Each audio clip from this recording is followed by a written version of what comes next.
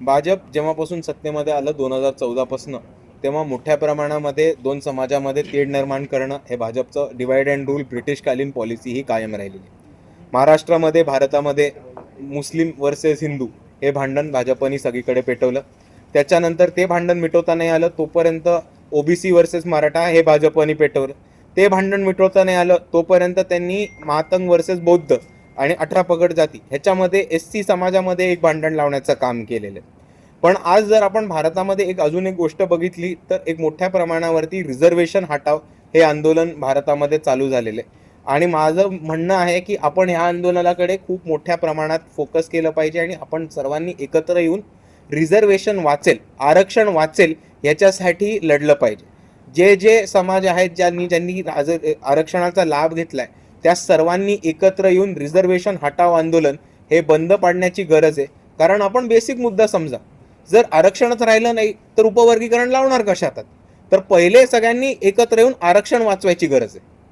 दादा, राम मंदिराची चोरी झालेली आहे, त्या प्रकरणावर वंचित आघाडीची काय भूमिका राहणार आहे आगामी काळात? सगळ्यात पहिले ज्या लोकांनी 2018 मध्ये बोंबलून सांगितलेलं की चौकीदार ही चोर आहे ते बरोबर होते असं मी म्हणेन.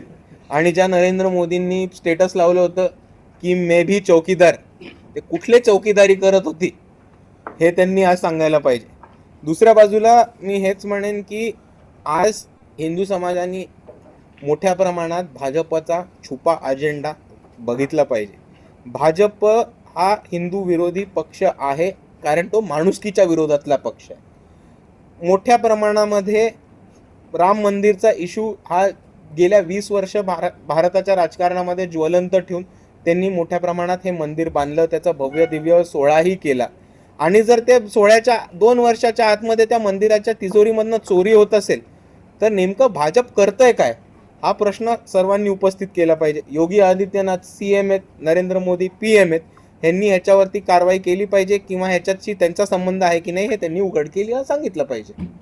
काल परवा 2 दिवसाखाली ते पंतप्रधानांना जाऊन भेटले, कसं बघता या सगळ्याकडे? कालपर्यंत ते विरोध करत होते, काय म्हणजे वेगळं काही? ते कालपर्यंत विरोध करत होते, ते कॅमेरावरती विरोध करत होते. ते 2014 पासून भाजपचंच काम करतायत हे महाराष्ट्राला माहिती आहे. 2014 मध्ये जेव्हा निवडणूक झाली होती तेव्हा शरद पवारांनी स्टेटमेंट दिलं होतं की भाजपला गरज पडली तर आम्ही बाहेरनं पाठिंबा देऊ, आणि त्यांनी मजबूर केलं होतं उद्धव बाळासाहेब ठाकरेंना भाजप बरोबर 2014 मध्ये युती करायला.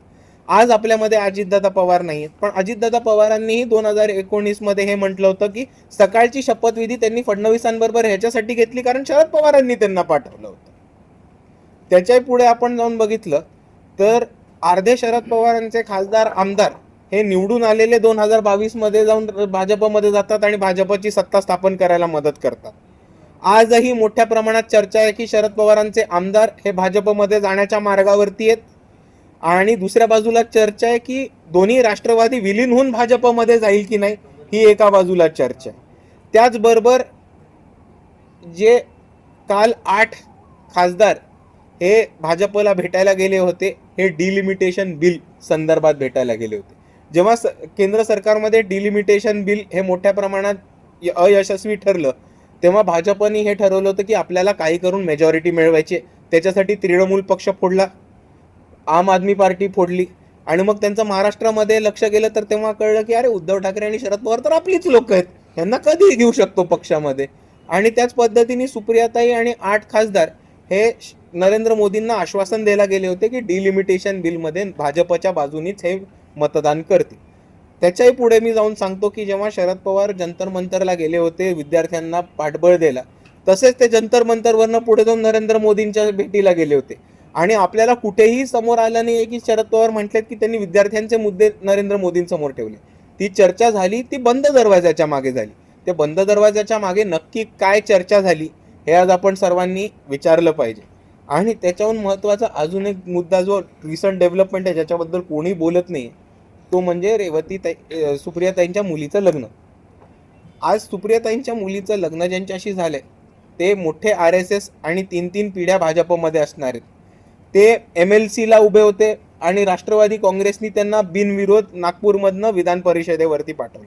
आणि एका बाजूला आयुष्यभर पुरोगामित्वाचं नाटक करायचं, राजकारण हे भाजपच्या विरुद्ध करायचं, आणि शेवटच्याच टप्प्यामध्ये भाजपच्या घरामध्ये लग्न करायचं, म्हणजे सत्ता भाजपची यो किंवा राष्ट्रवादीची यो, सत्ता, पैसा आणि कारखाना हा पवारांच्याच घरी कसा राहील ह्याची पूर्ण सेटिंग केली आहे. ह्याच्यामध्ये फसलेत ते फक्त बिचारे राष्ट्रवादीचे समर्थक. अमेरिकेहून भारतात आल्यावर अभिजित दिपकेनं हातामध्ये बाबासाहेबांचा फोटो किंवा माय ऑटोग्राफी नावाचं पुस्तक आपण त्याच्यावरती भाष्य केलेलं आहे. तर आत्ता कॉक्रोचला फार मोठं यश मिळालं आणि 12 वर्षामध्ये मोदी कुणापुढेही झुकले नव्हते, त्यांना या कॉक्रोच पुढं झुकावं लागलं, अशी परिस्थिती निर्माण झाली आणि आता हे कॉक्रोच आज झारखंडमध्ये पोहोचलेले आहे. तर याच्याकडे कसं बघता आणि त्याचं काय तुम्ही अनालिसिस जे मागच्या वेळेला केलं होतं त्याचा काय खुलासा करू इच्छिता? हे बघा, खुलासा मला काही करायची गरज नाही आहे, कारण मी फॅक्ट्स मांडलेले आहेत. बाबासाहेबांनी जे पुस्तक लिहिलं नाही आहे ते बाबासाहेबांनी पुस्तक लिहिलं नाही आहे. खोटं मटेरियल तर आपण बाबासाहेबांच्या नावाने पब्लिश करू नाही शकत, ही एक भूमिका झाली. आणि दुसऱ्या बाजूला जेव्हा हे आंदोलन व्यापक व्हायला लागलं आणि त्याच्याहून महत्त्वाचं जेव्हा विद्यार्थ्यांवरती अत्याचार, हाणामारी आणि दिल्ली पोलीसकडनं विद्यार्थ्यांवरती ब्रुटल अटॅक झाला, तेव्हा सर्वात पहिले आवाज उठवणारे वंचित बहुजन आघाडी होती. बाळासाहेब आंबेडकर हे दिल्लीला जाऊन आले होते, आणि मग बाळासाहेब आंबेडकर जंतर मंतरला जाऊन आल्यानंतर महाराष्ट्रातल्या इतर नेत्यांची दिल्लीला जायची रांग चालू झाली.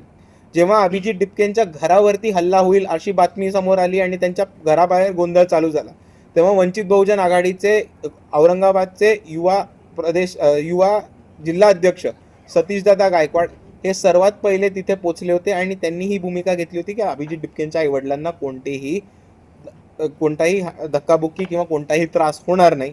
आणि अभिजित दिपकेंच्या आईवडिलांचं बोलणं हे त्यांनी बाळासाहेब आंबेडकरांशी तिकडच्या तिकडे करून दिलं होतं. आणि त्याच्याहून महत्त्वाचं, जेव्हा दिल्लीमध्ये लाठीचार्ज, वॉटर कॅनन्स आणि टिअर गॅसचा मोठा वापर विद्यार्थ्यांवरती केला, तेव्हा महाराष्ट्र बंद करण्याचं काम हे वंचित बहुजन आघाडीने केलं होतं.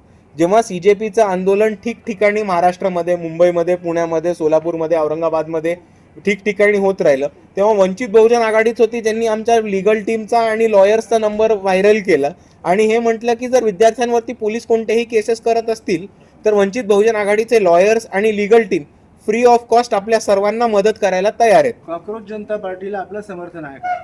कॉक्रोच जनता पार्टीला आम्ही 7 प्रश्न विचारलेत. त्या 7 प्रश्नांवरती कॉक्रोच जनता पार्टीनी जर भूमिका स्पष्ट केली तर आमचं समर्थन त्यांना 100% राहील. पण त्याच्याहून महत्त्वाचं, कॉक्रोच जनता पार्टी अजूनही म्हणते की ते आंदोलन आहेत आणि रजिस्टर्ड पार्टी नाही आणि कोणत्याही स्टुडंट लँड आंदोलनाच्या विरुद्ध वंचित कधीही जाणार नाही.